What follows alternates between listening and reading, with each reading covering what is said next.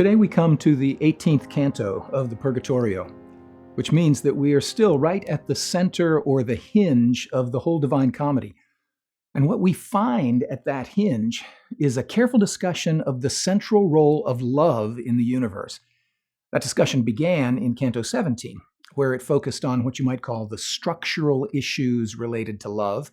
We learned there that even though love is a good and godlike thing, it can go wrong, either by loving the wrong things, or by loving too much, or by loving too little. Now in Canto 18, that discussion continues, but it turns away from these structural questions and invites us to look instead at what's going on in our hearts, or as Virgil usually says, in our souls, every time we love. You can call this the moral psychology of love, if you want a fancy name for it. What's going on inside of you when you love someone or something? What makes that inner movement of love to be right? And how can it go wrong?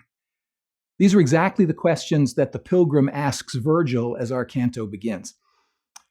Virgil's initial answer is that the human heart is naturally drawn toward anything that pleases it. And here's how that drawing works. You perceive something pleasing in reality, and Virgil says, your apprehensive power extracts an image that it displays within you, forcing your mind to be attentive to it. The idea here is pretty straightforward, I think, and really quite vivid. I perceive whatever the attractive thing is, a physical thing like a beautiful landscape, or a non-physical thing like a noble aspiration or an intellectual anomaly or whatever. I perceive the attractive thing, and an image of that thing is set up inside me so that I always have it fresh in mind, and so that I experience an ongoing inclination toward it. That natural inclination toward the image of an attractive thing is love. And once that image is set up, Virgil explains in very carefully chosen words, the captive soul begins its quest, not resting till the thing love is enjoyed. You see how this works. I see the thing, I'm captivated by it, and so I go after it. But this raises another question for Dante the Pilgrim. He says, in effect, hold on a second, if the soul is really taken captive, then it has no power to resist, right?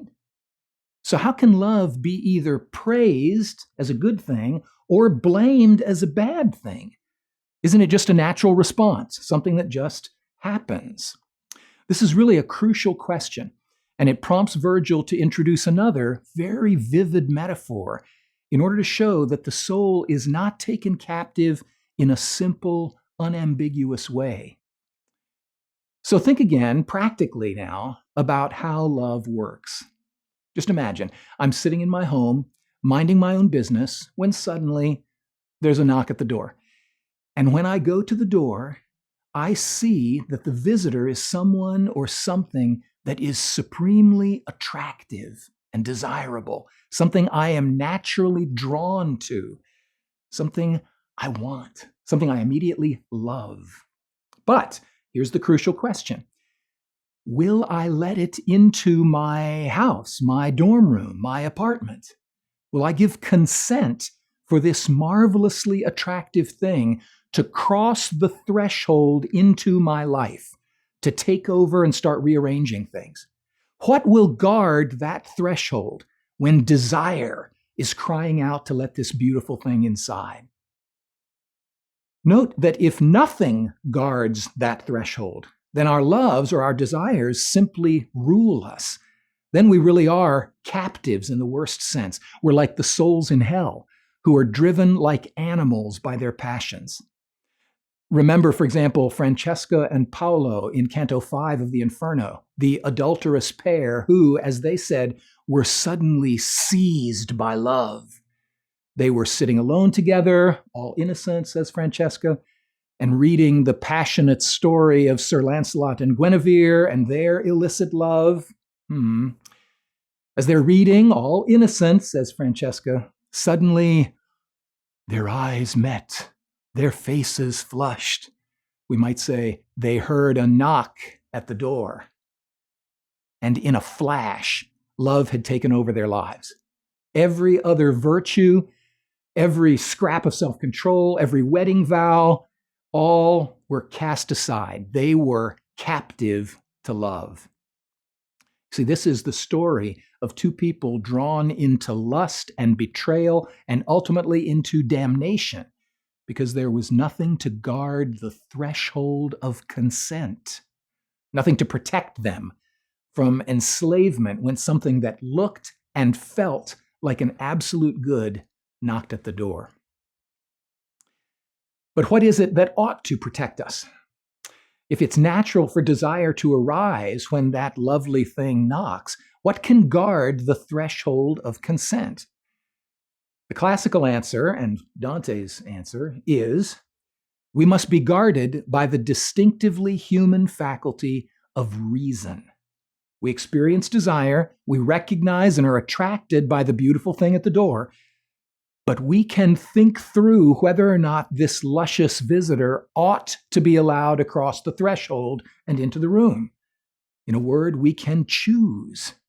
That's what it is to be a real, full, mature human person. Now, there are many subtleties here, because, as we all know, reason does not necessarily have absolute power when confronted by strong desire.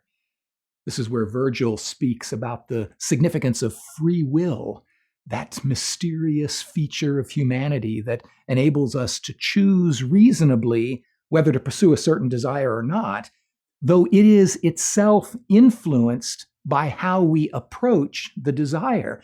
If you freely choose to focus on this particular desire, if you freely choose to let this attractive thing remain right there at the threshold, with the door open, with your longing eyes gazing at it, you'll find that you've made it more difficult to freely choose to resist the desire a moment later. Picture Gollum in Tolkien's Lord of the Rings stories. The normal, ordinary creature who receives a birthday present. How nice.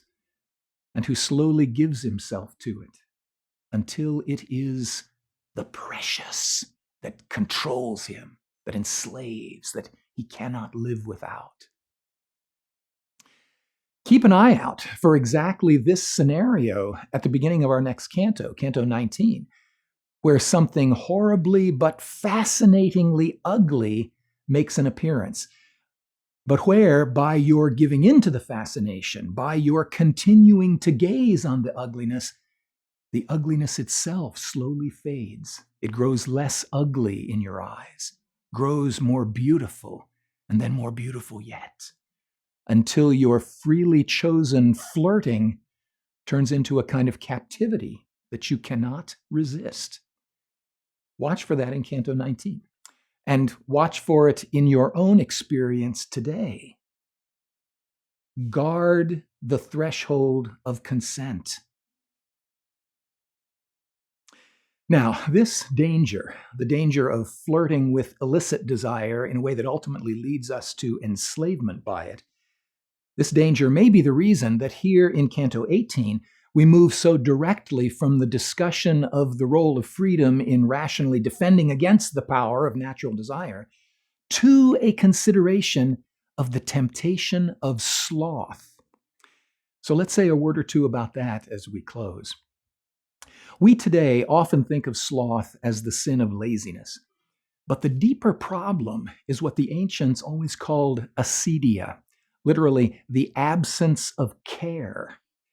You can be busy, even busy with lots of good things, yet you can still have a heart that is always saying, whatever. A heart that does a thing, but that does not much care about it, that doesn't love it, or love anything as far as that goes, enough to really pursue it.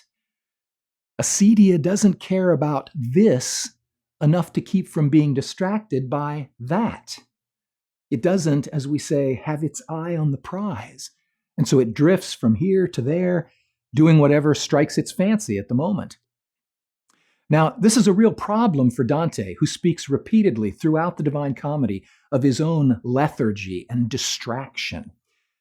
But it's also a real temptation for many of us in the prosperous, tech-savvy 21st century. We live in an age of stories and film clips and Twitter feeds and viral YouTube videos and Snapchat streaks and TikToks without end. There is so much to be entertained by, so many channels to surf. Even with respect to spiritual life, it is so much easier to dream about making progress or to watch a TED Talk about making progress than to actually make progress. Of course, there's nothing wrong with taking a break or with watching an inspirational video or two. But remember the ultimate aim. Remember the goal. As one of the runners here on the terrace of Sloth says, time is love. What you do with your time shows what you really love, and it ultimately becomes what you love. So don't be content with mere entertainment. Don't doze off. Wake up. What are you giving yourself to? What image have you set before your mind's eye as the goal? Don't just gaze at whatever lovely thing is at the door. Guard the threshold. If it's something you ought to pursue, then pursue it with boldness, with energy. If it's not something you ought to pursue, then close the door. Stop playing foolish and dangerous games. Time is love. You were made for love, but not for just any love. Go after the love that you were made for, and do it now.